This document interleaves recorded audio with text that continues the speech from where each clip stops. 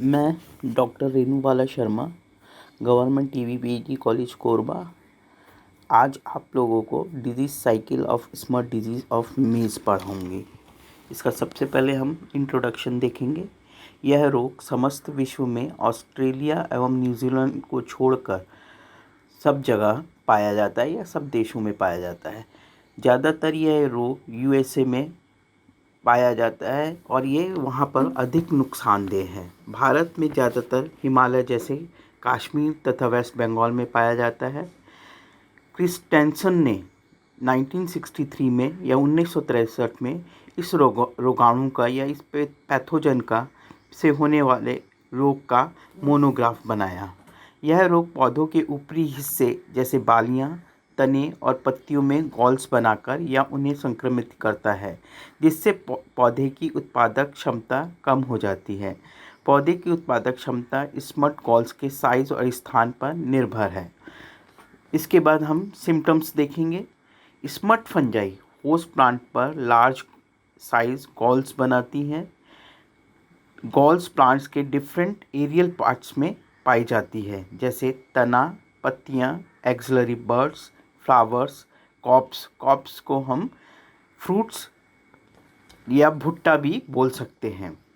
Pathogen ज़्यादातर cops को संक्रमित करता है, जिससे फसल को पूरी तरह से नुकसान होता है। सामान्यतः गॉल्स स्ट्रेन के एम्ब्रियोनिक टिश्यूज में बनती है। पैथोजन का माइसीलियम थिन वॉल्ड सेल्स के बीच में बनता है। यह होस्ट टिश्यू को प्रेरित कर हाइपरट्रॉफी और हाइपरप्लेजिया। हाइपरट्रॉफी का मतलब होता है सेल का आकार में बढ़ना, और हाइपरप्लेजिया का मतलब होता है सेल डिवीज़न जल्दी करना। इसके द्वारा गॉल्स का निर्माण होता है। सेल्स का ज़्यादा विकास वेस्कुलर टिश्यूज़ के फ्लोएम में होता है। ये गॉल्स प्रारंभिक अवस्था में फीके रंग की होती हैं। प्रत्येक गॉल्स टीलियोस्पोर ब्लैक मास के रूप से भरे हुए रहते हैं। ये थिन मेम्ब्रेन के द्वारा घिरे रहते हैं। तत्पश्चात मेम्ब्रेन फट जाने से स्पोर ओवरी से बाहर आ जाते हैं। प्रत्येक गॉल्स इन्फेक्शन या संक्रमण के लिए तैयार हो जाती है। सीडलिंग इसके संक्रमण से छोटा तथा कमज़ोर हो जाता है।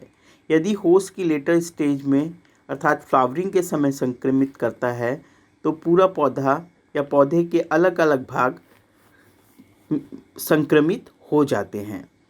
अब इसका कॉजल ऑर्गेनिज्म देखेंगे और उसका क्लासिफिकेशन देखेंगे। इसका कॉजल ऑर्गेनिज्म है अस्टिलैगोमैटिस। इसकी systematic position division यूमाइकोटा, sub division बेसिडियोमाइकोटिना। Classed है अस्टिलेजेनोमाइसिटीज, ऑर्डर अस्टिलेजेनेल्स, फैमिली अस्टिलेजेनेसी, स्पीशीज मेडिस। पैथोजन के स्पोर्स टीलियोस्पोर्स गोल, इलिप्टिकल या अंडाकार काले, प्रायः स्पाइनी। डायमीटर इनका 8 से 11 माइक्रोन होता है। यह फंगस डाइकैरियोटिक माइसीलियम बनाती है, जो काले गोल या अंडाकार टीलियोस्पोर्स बनाती हैं। यह टीलियोस्पोर अंकुरित होकर जर्मिनेशन ट्यूब बनाते हैं, जिसमें 4 सेल्स पाई जाती है और ये बेसिडियम कहलाते हैं। अर्धसूत्री विभाजन के बाद प्रत्येक सेल से स्पोर्स बनते हैं, जिसे बेसिडियोस्पोर्स कहते हैं। ये पैथोजन सेप्रोफिटिकली खेत में पड़ी खाद या सॉइल में अधिक स्तर से फैलते हैं। टीलियोस्पोर्स ग्रेन्स के सीड कोट में पाए जाते हैं। फंगस का प्राथमिक संक्रमण टीलियोस्पोर्स के द्वारा होता है। कुछ स्मट फंजाई बेसिडियम से मोनोकैरियोटिक माइसीलियम भी बनाती हैं और संक्रमण फैलाती हैं। होस्ट का सीडलिंग बनने के बाद संक्रमण जर्म ट्यूब के द्वारा फैलता है। प्रायः संक्रमण एम्ब्रियोनिक टिश्यू में दिखाई देता है। स्पोरिडिया के द्वारा संक्रमित होस्ट टिश्यू में उत्प्रेरित होकर हाइपरप्लेजिया और हाइपरट्रॉफी द्वारा गॉल को बनाता है। पैथोजन होस्ट में इंटरसेलुलर माइसीलियम बनाता है। माइसीलियम की सेल बड़ी होकर टेलियोस्पोर्स बनाती है या टीलियोस्पोर्स बनाती हैं। अब हम देखेंगे डेवलपमेंट ऑफ डिजीज़ का डेवलपमेंट किस तरह से होता है। शीत ऋतु के बाद टेलियोस्पोर या टीलियोस्पोर्स होस्ट प्लांट की डेब्रिस पर तथा खेतों की मिट्टी में कई वर्षों तक जिंदा रह सकते हैं। बसंत और ग्रीष्म ऋतु में ये टीलियोस्पोर्स अंकुरित होकर बेसिडियम बनाते हैं। बेसिडियम पर बेसिडियोस्पोर्स बनते हैं जो वायु तथा बरसात के पानी द्वारा मक्के के यंग प्लांट्स के टिश्यू में अंकुरित होकर फैल जाते हैं। बेसिडियोस्पोर्स अंकुरित होकर फाइन हाइफा बनाते हैं जो होस्ट की एपिडर्मल सेल में अंदर जाकर इंटरसेलुलर माइसीलियम बनाते हैं। हाइफा के चारों ओर की होस्ट सेल उत्प्रेरित होकर विभाजित होती है और गॉल बनाती है। माइसीलियम होस्ट सेल से अपना भोजन प्राप्त करके डाइकैरियोटिक माइसीलियम बनाते हैं। टीलियोस्पोर्स डाइकैरियोटिक माइसीलियम से डाइकैरियोटिक माइसीलियम से द्वारा बनते हैं। इस प्रकार टीलियोस्पोर्स गॉल में पाए जाते हैं और ये गॉल्स परिपक्व होकर दूसरे यंग कॉर्न टिश्यू को संक्रमित करती हैं।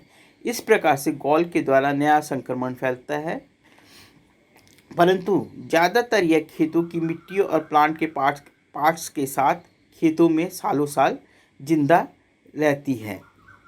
इस प्रकार से डिजीज़ जो स्मट डिजीज़ जो है वो 2 फेज़ में चलती है। पहली फेज़ इसकी हो गई टीलियोस्पोर्स जो होस्ट के ऊपर पाई जाती है और आगे चल के संक्रमण फैलाती है। दूसरी जो है बेसिडियोस्पोर्स वो सॉइल में पाई जाती है जो टीलियोस्पोर्स के जर्मिनेशन होने के बाद बेसिडियम बनाती है और बेसिडियम से बेसिडियोस्पोर्स बनते हैं और यही बेसिडियोस्पोर्स जो है जैसे ही सीड जर्मिनेट होता है, सीड के जर्मिनेशन के साथ ये होस्ट को इन्फेक्शन फैलाते हैं। अर्थात बेसिडियोस्पोर्स जो है इनिशियल इन्फेक्शन जो है या प्राइमरी इन्फेक्शन जो है वो बेसिडियोस्पोर्स के द्वारा फैलाते हैं जो सीडलिंग अवस्था में या एयर के साथ या रेन वाटर के साथ प्लांट में आते हैं। अब इसका देखेंगे हम कंट्रोल मेज़र। कंट्रोल मेज़र में पहला है क्रॉप रोटेशन द्वारा, दूसरा है फील्ड सैनिटेशन के द्वारा, तीसरा है सीड ट्रीटमेंट। सीड ट्रीटमेंट को हम 2 तरह से इसमें कर सकते हैं। सोलर हीट ट्रीटमेंट, मतलब मई के महीने में इसको इनके जो बुआई के लिए जो सीड्स रहते हैं वो हम तेज़ धूप में सीड्स को फैला देंगे और इस प्रकार से हम 15 दिन तक सीड को सूर्य के प्रकाश में फैलाते रहेंगे जिससे कि जो फंगल माइसीलियम है वो सूर्य के प्रकाश के द्वारा मर जाए। दूसरा देखेंगे हॉट वाटर ट्रीटमेंट।